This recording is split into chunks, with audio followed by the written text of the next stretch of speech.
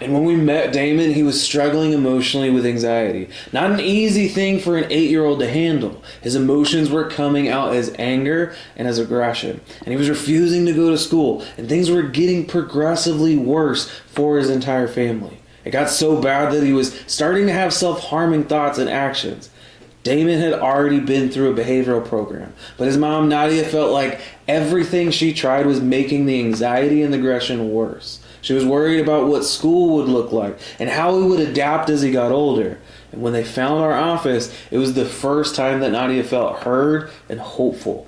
As she said, there was no judgment. They felt understood and finally had some answers as to why Damon was struggling. And even better was that there was a solution. So parents, let's start by understanding why your child's nervous system gets stuck in anxiety mode.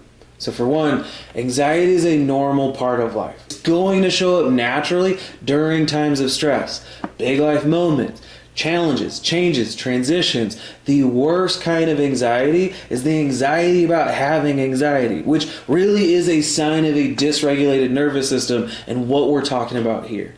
So your child's anxiety isn't a character flaw or a behavioral choice. It's their nervous system stuck in constant fight or flight states, unable to be able to access the rest, digest, and regulate mode that's essential for emotional well-being. Now, when the nervous system is out of balance, even simple daily activities can feel threatening to your child's brain and body, triggering those anxiety responses that seem disproportionate to the situation. Now, this stuck state is caused by subluxation, the stress and tension that builds up in our nervous system and interferes with proper brain to body communication. Let's dive a little bit deeper into the perfect storm that creates childhood anxiety. Now, stress and subluxation buildup often starts as early as strain or stress during pregnancy, when maternal stress hormones cross the placenta and impact your baby's developing nervous system. And birth interventions like C-sections, forceps, and vacuums can create physical stress and trauma to the delicate upper neck and brainstem area where crucial nerves are housed. And then early experiences during childhood, like falls and slips and trips, illnesses, emotional stress, and even frequent medication or antibiotic use continue to add layers of stress to an already overwhelmed nervous system. Without addressing these root causes, children don't grow out of anxiety. They often grow into more complex neurological challenges. Parents, here's the game changer. The vagus nerve connection is the piece that most doctors never even mention. Now, our vagus nerve is your child's brake pedal. It's responsible for activating the calming, healing side of the nervous system that allows them to self-regulate and to feel safe. And when stress and subluxation interferes with vagus nerve function, your child loses access to this natural calming mechanism, making it nearly impossible for them to settle down on their own.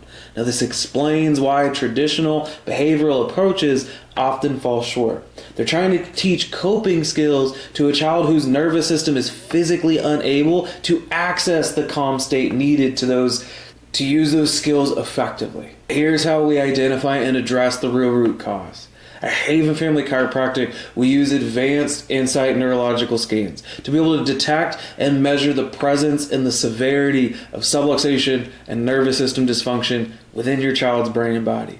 Now, these scans show us exactly where stress is stuck in your child's system and helps us to create a personalized care plan that's tailored to their unique needs. Now, this EMG scan below is a perfect representation of the stuck sympathetic fight or fight patterns that we commonly see on our insight scans when a child or a patient is struggling with anxiety. Now, the scan shows all sorts of increased or excessive tension in the neck and the low back regions, which flood the nervous system with non-stop sensory noise and overload that then overwhelms the brain and nervous system, leaving it stuck in sympathetic dominance. Additionally, this EMG scan has that small yellow bar in the lower mid-back area near about T10, which is the area of nerve supply that controls the adrenal glands, indicating that this long-standing stress pattern has led to adrenal fatigue and insufficiency, which is the hallmark finding of anxiety and neurological exhaustion. Now our adjustments work to release stuck stress from the sympathetic nervous system, activating the vagus nerve and restoring the balance to the nervous system as a whole.